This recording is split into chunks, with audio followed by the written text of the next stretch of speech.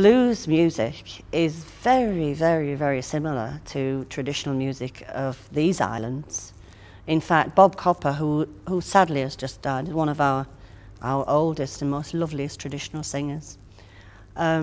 He heard the blues when he was a young man, and the first time he heard it, he thought, but that's just like our songs, and they are.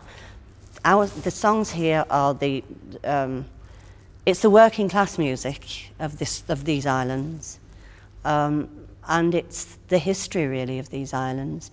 You won't find that working class history in the history books, certainly. You'll find it in the oral tradition. The history books were written by learned people, and there was always an agenda to make history look, you know, something better than it was. But the real story is written by and that's the same with the blues. It's the same with the black population. They were very, very put upon, so they took it out. You know, they wrote it all in the music.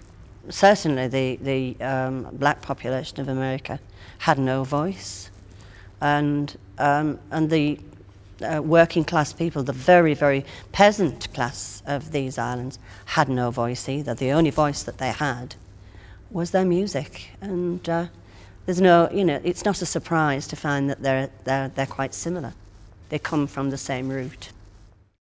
The thing about the women in the house was that the women stayed in the houses. They never went into public houses. I mean, the men went into public houses, so you would get a man's perspective if you collected the songs in the pubs, and a lot were collected in the pubs. But a lot of the collectors, including Cecil Sharp, thought it would be nicer to collect from the women, and he, in all his collection life, he said the best singer that he ever heard was a woman, a lady called Betsy Holland, who probably couldn't read or write. And I think that you have to tell the story, and the story, if it's a woman telling the story, then you have to do that. If it's a man telling the story, you can do it as well. I mean, there's no rules that say women have to sing women's songs and men have to sing men's songs, and you know, the collections show it, because some of the bloodiest songs were collected from women. You know, a murder of women were collected from women. So I think what these songs were, what these people saw that these songs were warnings. You know, this is what happened to me, don't let it happen to you.